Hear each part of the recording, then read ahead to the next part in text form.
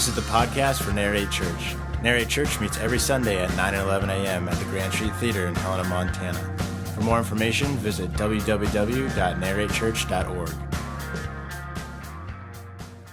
So if you're new to Narrate, or even if you're not, one of the things you may not know is that there are some fantastic things happening within the student realm of this place. Caleb and that team is doing a really, really good job with the middle school students, and that's just continuing to grow. And so we wanted to put that out to all of you. If you're looking for a place to connect, you probably know by now, or if you're a guest, you don't know, the way we think about connection and community is we say, like, come serve, find a people to serve with, and you'll build relationships that way. Now, that's not a pressure thing, that's not a manipulative thing.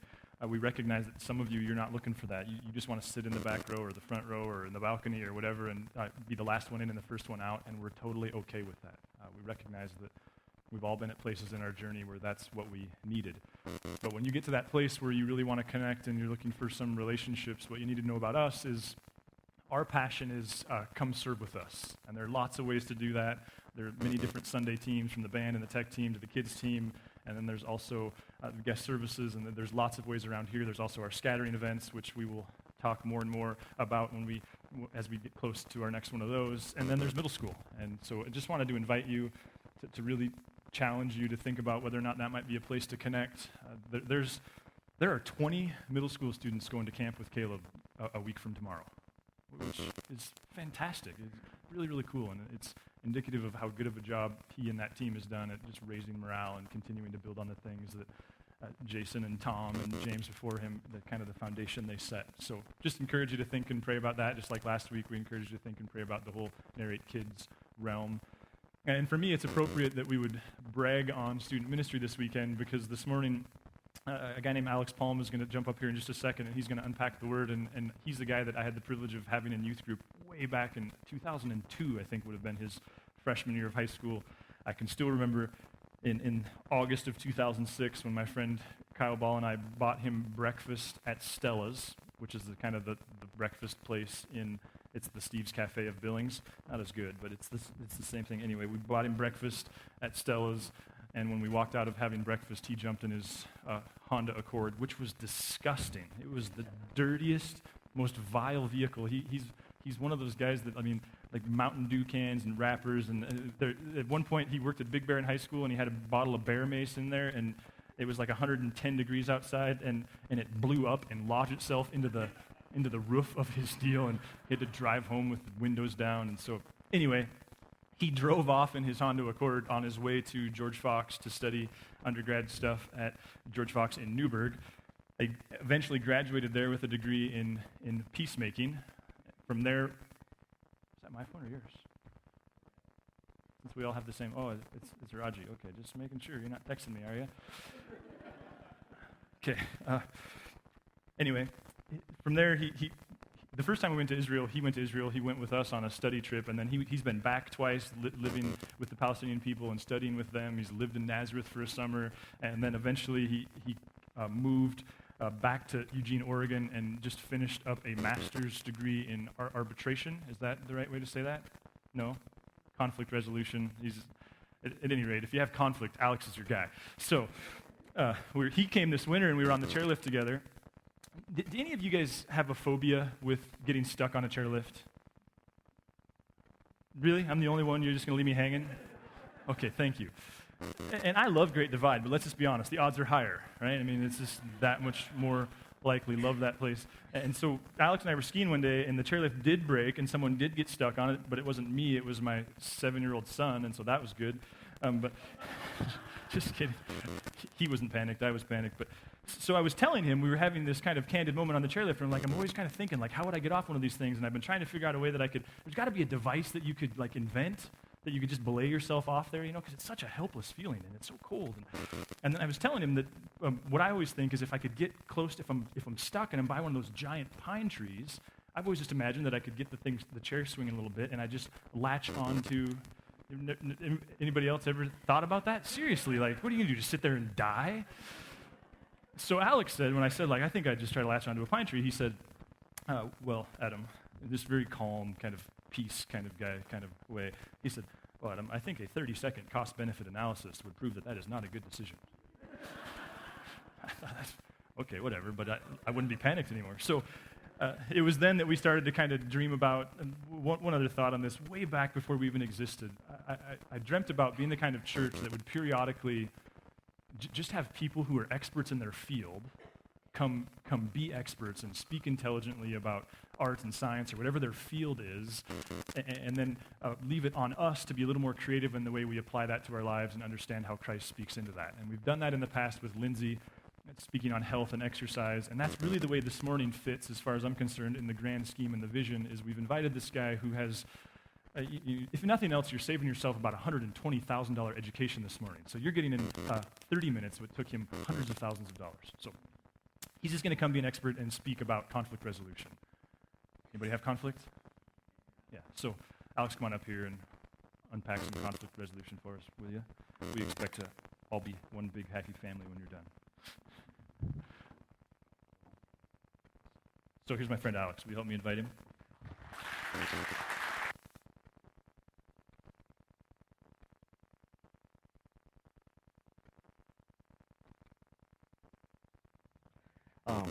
So I do need to dispute the disgustingness of my car, and I do think that was an exaggeration. When the bear spray thing happened, it wasn't like a combustion, it was just a slow leak.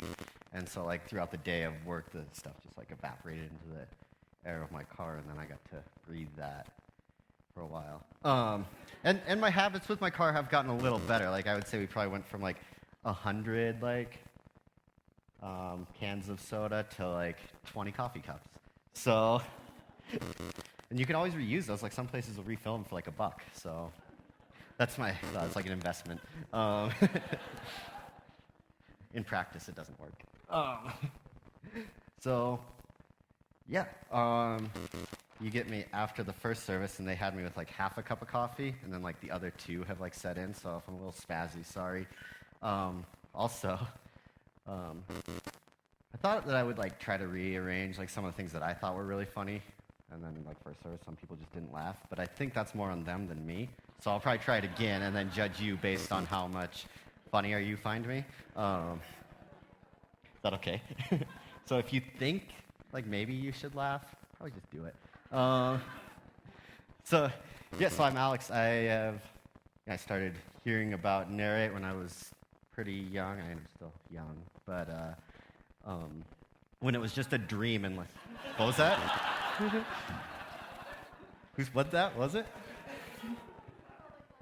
Oh, okay, yeah. So still young, but when I was younger, and Narrate was just a dream in a few people's minds. I got to kind of hear about it, and like periodically, then I've been getting updates from Adam and from others affiliated with you all about some of the really cool things you were all doing, and so that's awesome for me to hear, and then to get to be a part of you for today is just great. So thank you for having me.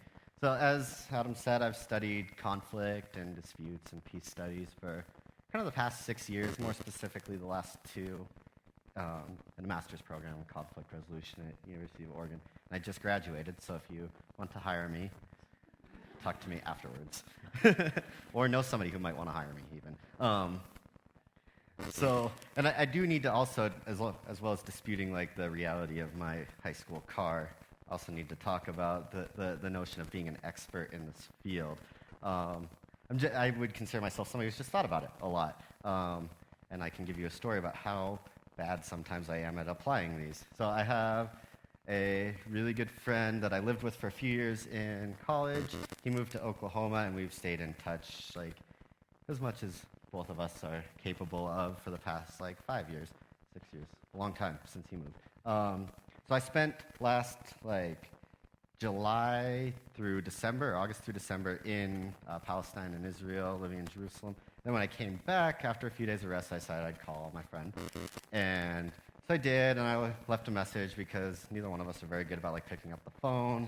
But then this like whole like vicious cycle of phone tag took place for 5 months, with like each of us calling like, sometimes I would call like 3 times in a week, and he would call like 1, and sometimes he would call like a whole bunch more times in a week, and I wouldn't call at all.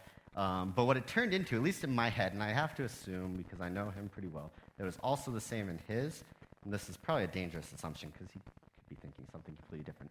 But I got to the point where I was never going to be the one to answer my phone. Like if we talked, and eventually we would, it would be him answering when I called. Which, right, that's just silly and petty. And then I ended up answering because apparently I needed to talk to him more. But and we've talked to each other, and we're like cool and everything. But what will kind of come out through what I'm going to talk about is like not pursuing like resolution of this conflict. Though it's minor, doesn't stop us from being friends. Like we hung out, it was great.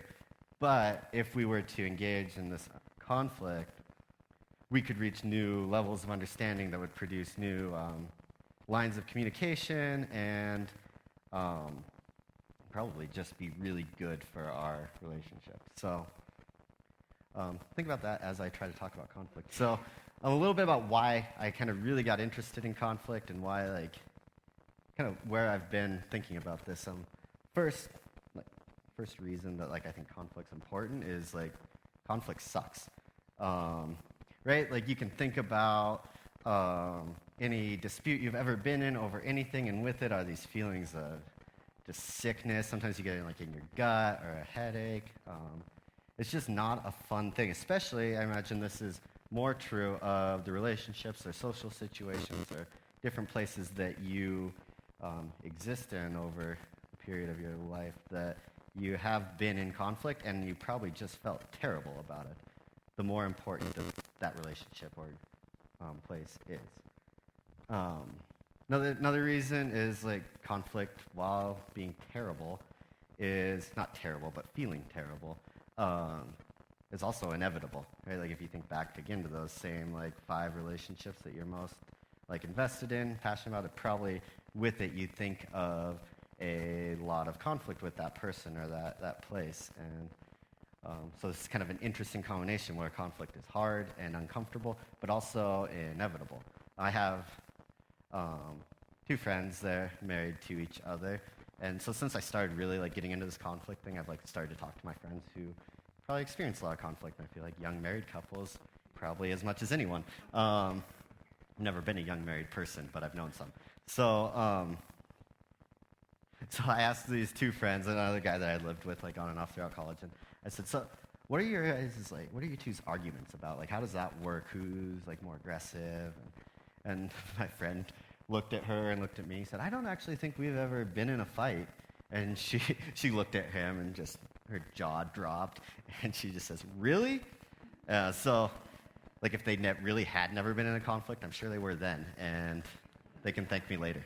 So I think a final reason why I really got interested in conflict resolution in this field is like conflict's hard, conflict happens, and then we just aren't really good as kind of a society as knowing what to do with that conflict when it comes up. It's really hard to think about like being upset with someone and then confronting them on it and working through these issues. And so I think we don't really have as many mechanisms or strategies as we should. I think a lot of this comes from like there seems to be this practice or notion that conflict is a bad thing, almost that like it's a failure of relationship. That if this is a relationship or a place that you're at that's very important to you, and you're fighting with that person or that place, or there's conflict around it, that just you haven't done what you were supposed to do. And I think that I think that's wrong. I think instead conflict is an essential part of that relationship. And if we can't get away from it, it always happens, then how we have conflict and how we move forward through it is very important and essential to the way that we live in those relationships or in those social settings. And so one way I think about this and kind of why I think conflict is important. So one of the things that we study a lot in conflict resolution, like kind of a political science-y, sociology type of thing, is this concept of social capital, which is just this way that like all these academics have decided to measure the strength of relationships or strength in a community. So they have like the 100 criteria that like places or, a setting, like you could take Helena or Narrate Church and say, how is the social capital of that place? And you could see like institutions, levels of trust, feelings of safety, and all these different ways that they've gone like quantified the strength of the relationships in the community. And we could talk about that forever, but one of the central things that always comes up time and time again is like one of the the biggest causes of a deficit in social capital is strife or like unresolved conflict or poorly managed conflict. So when I think about, they show like places with higher social capital, there's lower crime rates, there's better education, all these things. And so conflict plays a huge role in just like how we exist or the social capital of the place that we live in. So I have two stories of like places and people and groups that have really, I think, come to some really, like, just over years and generations, built like really cool, like systematic ways of approaching conflict. The first I think of is there's this group of people in like Botswana and into Zimbabwe. They live in like the southern part of Africa. Like everybody's trying to do their mental map, and it should just be on the screen, but it's not. And they're called the San Bushman people. And this is like, they say one of the groups that's lived in the same place for the longest. So they've been in this land for like thousands of years.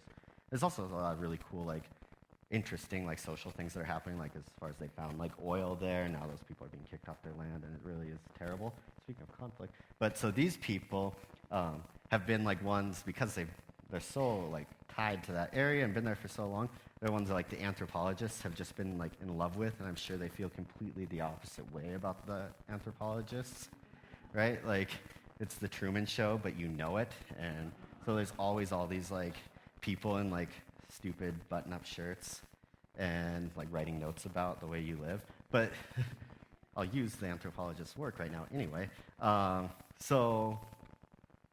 happens is if in their communities, the San Bushman people, they realize there's a conflict or two people fighting, like they form a circle of people around the two that are in the argument or however many in the argument. And it, like when I first heard this, like I was picturing like elementary school and like two kids start shoving and like everybody else circles on fight, but it's not that. It's actually they go and stand there and they talk and they work it out and they find out what's behind the conflict and they stay with that until they reach some sort of resolution and then they move forward. Then the other one, this one I got to witness a few times when I was living in Jerusalem. I lived with kind of one of the village leaders of a Palestinian community just on the outskirts of Jerusalem. And so what they do, when there's a fight between two people in, I think it's most Arab cultures do this, but definitely in the Palestinian parts of, or Palestinian culture, the village leader or someone who is higher in the hierarchy of power there will go and assemble like both of the families of the people involved in the conflict, and they sit down and they make coffee and have sweets and they hash out this conflict, and it's not pretty. There's a lot of the ones I got to see, like there was a lot of yelling and people standing, and but they sit and they talk, and then the like village leader makes a speech, like tells people what they need to do, like who was wrong, what they need to do to fix it. But the point of it is, like, the goal at the end is not necessarily to make everybody agree, but to come to some new harmony, because I think it comes from that realization that unresolved or unapproached conflict is really bad for the community, and it's such a value to them to keep their communities strong that they find a new way forward from there. I think those two examples really show like how some people have gone about this issue. Like conflict isn't great for the health of a community, but it's, if addressed right, is good for the way that the community moves forward in the future. So I do have some scripture that I want to read, just I think that supports this. So this is from Matthew 5 on the Sermon on the Mount. It says, "Therefore, if you are offering a gift at the altar, there remember that your brother or sister has something against you. Leave your gift in front of the altar. First go and be reconciled to them. Then come offer your gift. Settle matters quickly with your adversary who is taking you to court.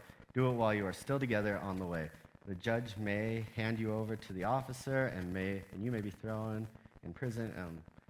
Anyway, so this is just like Jesus's like advice. He's saying like settle these things fast. Like get with the person you're fighting with. Support the peace of the community. And so I'll talk a little bit now about like just some kind of different ways that we can understand conflict and that will inform our discussion on how to resolve the conflicts. But I do want to really make sure. Well, I guess I'll get there. So one definition, kind of what you would get in like the conflict resolution textbooks or books, is that conflict exists when one or more people either have or perceive that they have incompatible goals, interests, or beliefs about something. So the way so your interests directly affect my interests, and therefore we have a conflict. I have an example for this. And those are either, the key to that is they're either real or perceived, but what's important is there is the feeling of incompatibility in the way that one person is behaving or acting. And where that gets hard is when it becomes something that's very important to one or both of the people. So the thought is everything you're doing, or one of us can have what we're interested in, but not both of us. And if that's the perception, then there is conflict there. The other way to think about this is just with the way that information is either gathered or used, or different inputs that affect our behavior. So one way that I think about it is like conflict happens when different people engaged in the same situation have different information about that system. And the way I think about that, like I grew up a Chicago Cubs fan, which like if you're going to pick a baseball team, pick one that wins. I'm a little bitter. I just went to a Cubs game in Seattle, and it's like the 6th time I've seen the Cubs, and then they lost again. So I've seen them win like 1 time out of 6, so I should probably just never go. Right, yeah, it probably matches up with their like winning percentage over my lifetime. So on the Cubs, when I was growing up, there's this baseball player, Sammy Sosa, who hit a bunch of home runs in like the late 90s, and was just great. Seemed like a really lovable dude. The thing with Sammy Sosa is he went from like 102 pounds to like 210 in like 3 seasons. And so everybody was saying, like, you know, steroid allegations. And I was like, no, he just got big. He hits home runs. And like, even though like everything that science ever told me showed me that that's not natural.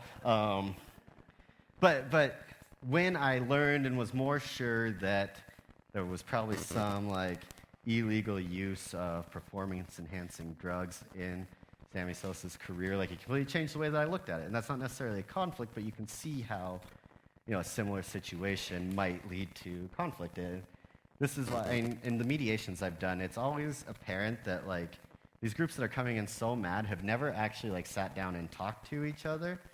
So there's valuable pieces of information that are essential to this conflict that both parties do not have, and it completely changes the way that they look at the whole situation.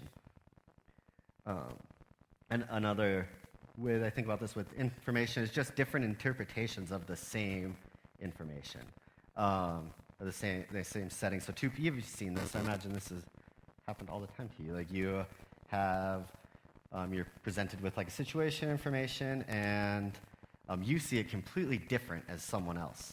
The example I gave earlier was with like when my parents would get really serious about cleaning my room, which was plenty. I wish they would have done it with my car, then Adam wouldn't have firepower. But so they would send me down to my room when I was a kid, and they probably should do this now too because my room's a mess. But they would say, okay, go down and clean your room, and I knew like clean my room, and then I'll go have them check it. But every time, without fail, like I would finish cleaning my room, it would look good to me, and I would do it a little better each time, thinking like this has got to be acceptable.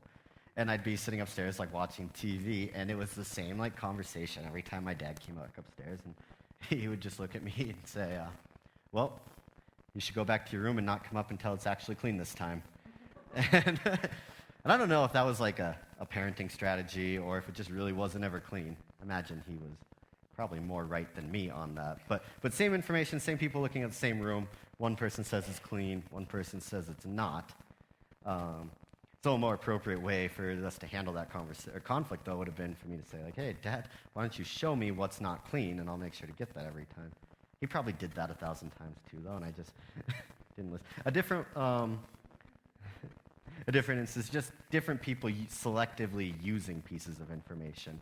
So everybody kind of has the same general information available, but people are kind of choosy, like what supports like kind of their position in this conflict. The way I think about this is, I've been listening to like a lot of C-SPAN radio, which don't do. It's interesting, but also like really discouraging. So one of the things I keep thinking is like there is not really an effective like conflict resolution system in Congress. Basically, what happens is like a Democrat gets up and he says his thing based on like information that's probably relatively true, but really just supports his argument or her argument, and then like the Democratic person goes up and says kind of an argument based on other information. Really, you probably need all that information at the same time to make a decision, but everybody's just kind of speaking to people who already pretty much agree with them. And it's not, I can see where that would be an effective like dispute resolution system if it's like a courtroom where there's like two attorneys who are supposed to make those kind of arguments, but a judge or a jury that gets to like work through all of it because they have all the information. But the idea of like just selectively using information just doesn't, it leaves people kind of stuck in their spot. And I think what these all come kind of back to is conflict happens when the way that one person perceives reality or understands like a situation is confronted by something that is just inconsistent with that. And that's really, really hard. I think we get really tied to what we think we know, and we have our arguments in place, and when somebody presents something that contradicts that, it's really kind of earth-shaking, right? Like, the thing that we considered real and true might not be, and then what sociologists show is like, when people feel that those beliefs and interests are questioned, the more important that they have become, or the more value that person assigns to them, the stronger the reaction is. And so what ends up happening is somebody says something, somebody believes something, it's challenged, and then they set up walls around it. So really, it just creates a situation where it becomes more like confrontational and hard. And okay, and then one final way of thinking about this is the way we attribute people's intent on their action. So premature or inaccurate attribution of intent causes a lot of conflict. Like think about like driving. Like I know whenever I have swerved like in front of someone, it's either because like I had to get over to the exit, or I just wasn't paying attention, but it wasn't like harmful. But then whenever somebody else has cut me off, like they're an a-hole, and I get really mad at like how crazy they're driving. They're being unsafe. They have road rage.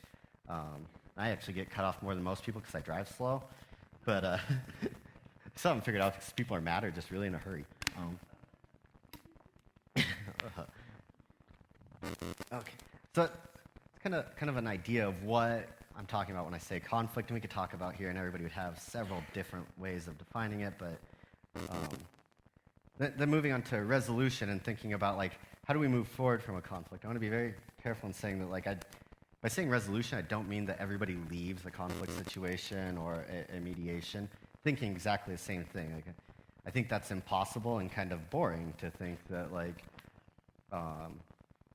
conflict is just people, or resolving conflict means everybody agrees on everything. I think what it is like a way to recreate a social reality in a way that everybody can exist with their own opinions, but when there is a dispute, can safely and effectively resolve that, or find a way to move forward. So that's what I was saying with the Arab, the Palestinian groups, when they have their conflict and they go and have their reconciliation meeting with the leader. The goal is just to make it so there's a place where a reality where ideas can be shared. Not everybody has to agree, and people aren't like yelling or beating each other up or gossiping or any other like of these destructive conflict behaviors that people engage in probably more often than they should. And so the whole idea is just making for a stronger living situation for communities of people who rely on each other for the strength of their community. So there's a few things that I think about as like key to this, and there are two ways I was going to go about it. Like I thought I could just kind of lay out like kind of the very practical, like step-by-step way that they teach you to resolve a conflict in like a mediation training. That would have been interesting, but I think behind it is kind of this framework of first starting with like conflict isn't a bad thing, it's a good thing, it's an essential thing. How we resolve it is really what's important for our communities. And so I want to give kind of the things that I think are key to like developing that framework for conflict. So the first one is like for conflict to be resolved, for people to move forward when a dispute rises, is each person has to accept that they are in relationship with their enemy or the other, or the opponent. And I think that is really hard for us to do. Thinking of somebody who's really made you mad, really makes you upset. I think sometimes it gets really hard to even want to be in a relationship with them. And I think about, I think about this in terms of like, especially the Palestinian-Israeli conflict. Like some of the people that I read say like, that's going to be the hardest thing, is to convince Palestinians and Israelis that the future generations of both Palestinians and Jewish people in that land are directly dependent on each other. And so everyone there deserves safety, security, and all these things that we talk about needing, and everybody needs peace there. But it's hard to admit that depends on maybe the person that you dislike the most. I'll read some scripture related to this. It's from Romans. It says, "Bless those who persecute you, bless and do not curse. Rejoice with those who rejoice, mourn with those who mourn. Live in harmony with one another. Do not be proud, but be willing to associate with people of low position. Do not be conceited. Do not repay anyone evil for evil. Be careful to do what is right in the eyes of everyone. If it is possible, as far as it depends on you, live at peace with everyone." And one more. This is from Matthew 5 again. "You have heard it said, love your neighbor and hate your enemy. But I tell you, love your enemies and pray for those who persecute you, that you may be children of your Father in heaven.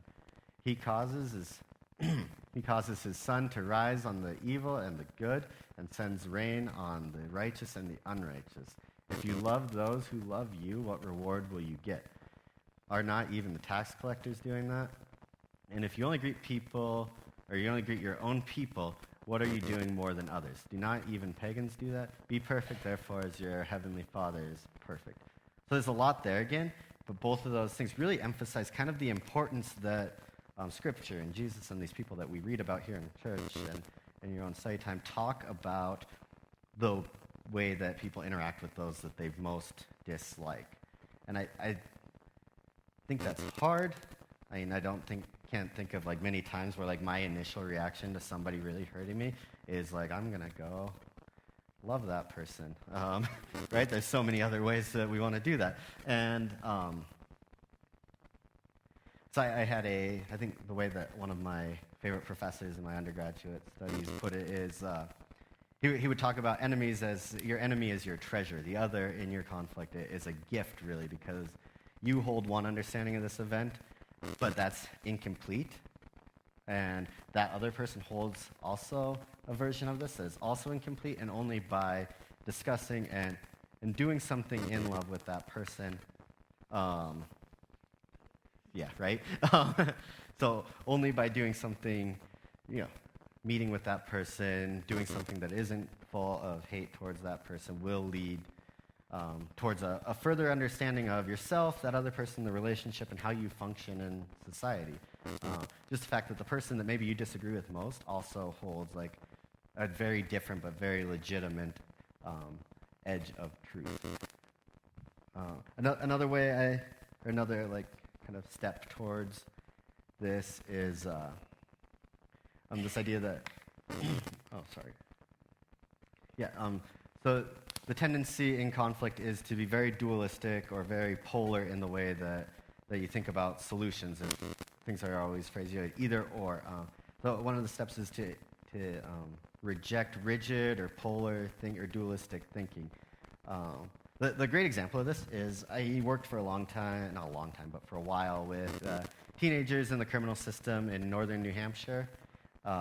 We lived in groups of 12 in the wilderness. It was a great thing. But with 12 guys that I was in charge of, like 12 teenage boys, there's going to be just a little bit of conflict. Just a little bit. And so what always would happen weekly where two kids would just decide they don't like each other anymore and start to, yell at each other, or they'd get in a fight or start pushing. And so we'd sit down and we'd have little mediations with them. And one of the steps in mediation that it's kind of my favorite because it's just like a pure brainstorming thing, we call it option generation.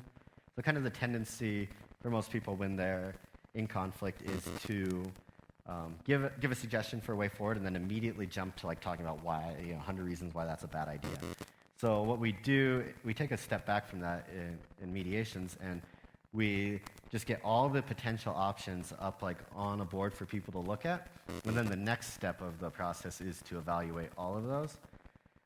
So what happens, like if you're working with boys, the first one will say, well, I could beat him up, and then you write it on the board. And then again, the next guy says, well, I could beat him up, and then you write, the other one could beat the other one up. And so normally, like if that was a conflict with these two, it would just go back and forth. But then with like having a third party there, like I can say, okay, and what else could you do? And that's where it really opens up like a creative vein and allows for several options to be put up. So I think if you put yourself in a situation where there's a limited or very few options, it makes the conflict harder to resolve.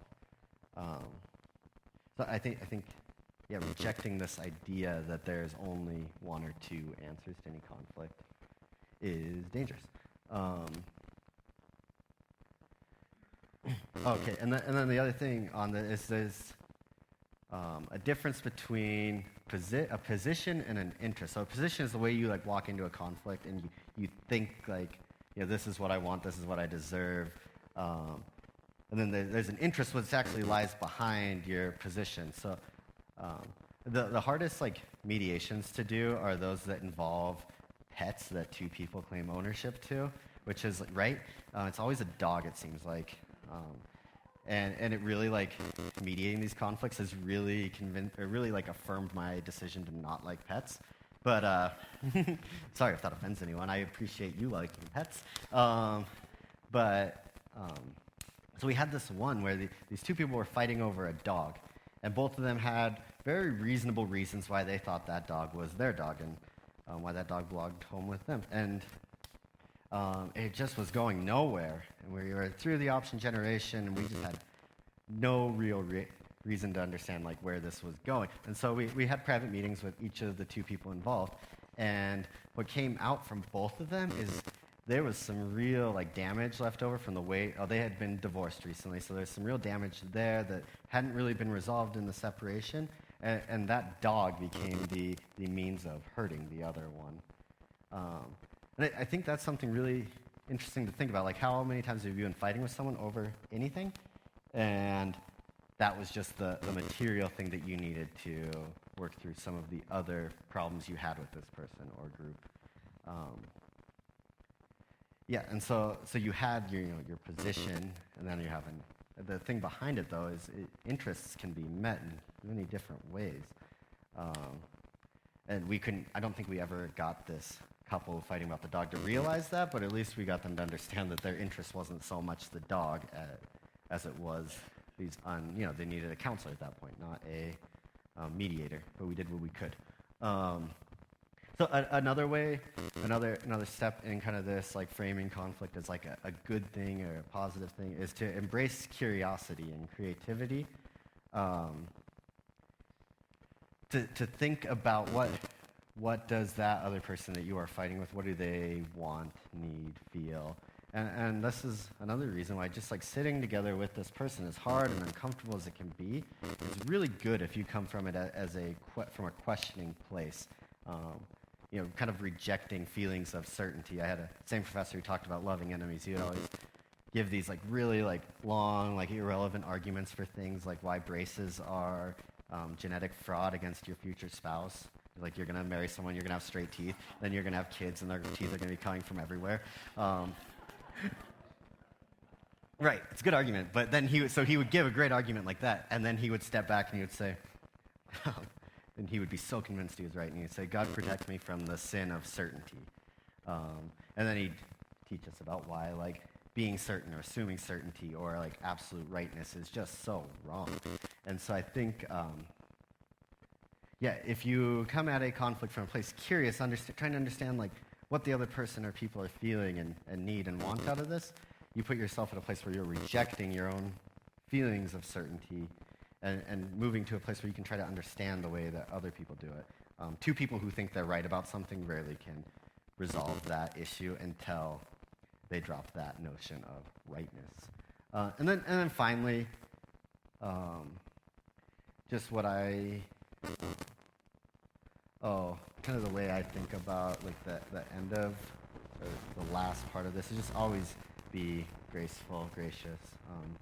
Realize that conflict is hard for you, but it's also hard for the person that you're in conflict with. And by approaching that with empathy and knowledge that this isn't easy for anyone, really just sets a different tone for people showing up to a meeting or something thinking like, I need to win this conflict, or I need to get more than this person. And I think, and with those things in mind, it's a really different way of approaching conflict than I think we normally do. So I want to kind of read one last passage kind of as our prayer. So, yeah, can we skip that one? Sorry. Thank you. So you can bow in prayer with me and we'll finish up here. So it says, finally, brothers and sisters, rejoice, strive for full restoration, encourage one another, be of one mind, live in peace, and the God of love and peace will be with you. Thanks. Thanks, Noah.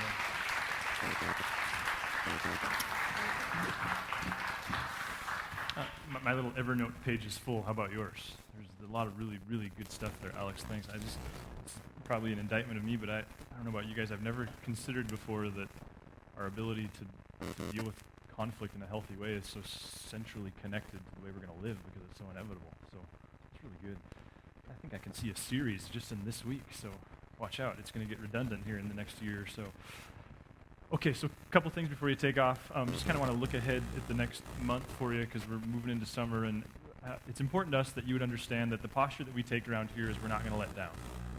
That we're going to continue to create the very best worship services and experiences that we know how to do, we know how to create, that we're not going to move to one service, we're not going to go like, hey, it's summer, everyone wants to camp anyway, that we continue to pursue excellence to the best that we can, and yet at the same time we want to embrace and go camping, and no one's here is going to, we're not going to put up a marquee board that says like Jesus doesn't take a vacation from you or anything like that. So you just do what you got to do and know that we'll be here pursuing excellence in your absence if you're absent.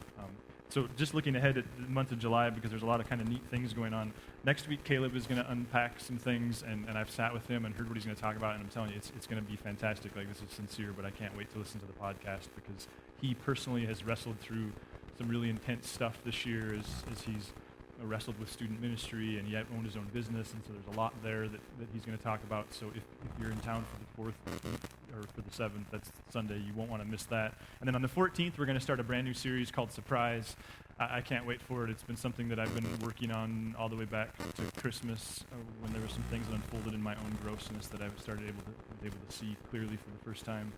And then on the 21st, we'll continue to be in that series, and that's when Kate will be here for the very first Sunday, so she'll be leading us in worship for the first time, and that should be a blast. You can also note that on the 15th, which is a Monday, we're inviting everybody. This is so unlike Narrate, but it just felt like it'd be so corny and hilarious that if you want to come to the airport that evening and, I don't know, stand there and rah-rah and go home, whatever you want to do, we're just kind of inviting everybody that would like to be there. She flies in at 9 o'clock on the 15th, so that kind of sets the stage for where we're going in this next few weeks.